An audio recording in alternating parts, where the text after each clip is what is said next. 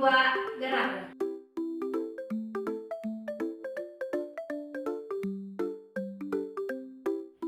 Yang pertama adalah gerak lurus beraturan. Alat dan bahan yang saya gunakan, yang pertama adalah penggaris yang panjangnya 1 meter. Yang kedua adalah katrol. Yang ketiga ada beban kecil. Di sini saya menggunakan satu sama berat, yang satu berat dan yang satu ringan. Kemudian ada alat pengukur waktu, ada pensil, ada penanda untuk menandai jarak pada penggaris, dan buku atau benda sebagai penyangga. Yang terakhir ada juga di sini saya menggunakan benang kasur.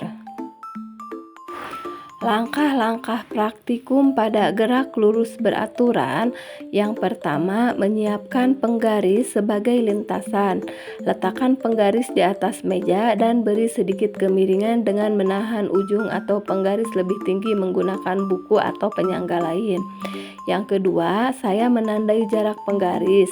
Tanda beberapa titik pada jarak penggaris, misal setiap 10 cm atau 20 cm.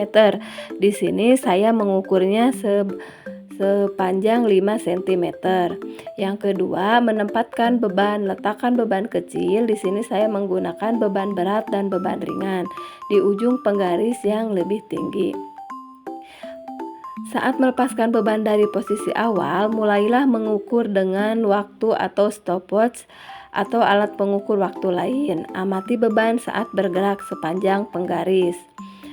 Catat waktu yang diperlukan beban untuk mencapai setiap tanda jarak, misal 10 cm atau 20 cm, hingga mencapai ujung penggaris. Ulangi percobaan beberapa kali dan catat waktu yang dibutuhkan untuk menempuh jarak. Kemudian, jika waktu yang diperlukan untuk setiap jarak relatif sama, maka beban tersebut mendekati gerak lurus beraturan. Namun, jika waktu berbeda-beda, maka beban mungkin mengalami percepatan atau perlambatan. Yang kedua adalah gerak lurus berubah beraturan. Gerak pada lintasan lurus dengan percepatan tetap sehingga kecepatan benda berubah secara teratur. Alat dan bahan yang saya gunakan masih sama seperti gerak lurus beraturan, tetapi di sini saya menambahkan beban, yaitu dengan menggunakan plastisin.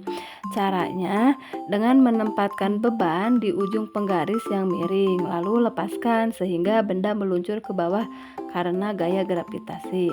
Karena kemiringan penggaris, maka beban mengalami percepatan.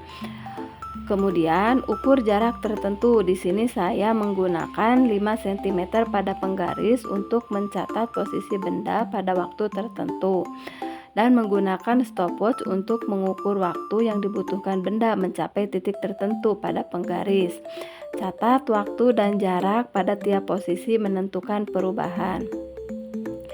Dalam data jarak dan waktu, hitunglah kecepatan rata-rata dan percepatan yang masing-masing interval. Dalam gerak lurus berubah beraturan akan menentukan bahwa percepatan perubahan kecepatan tiap waktu tetap konsisten.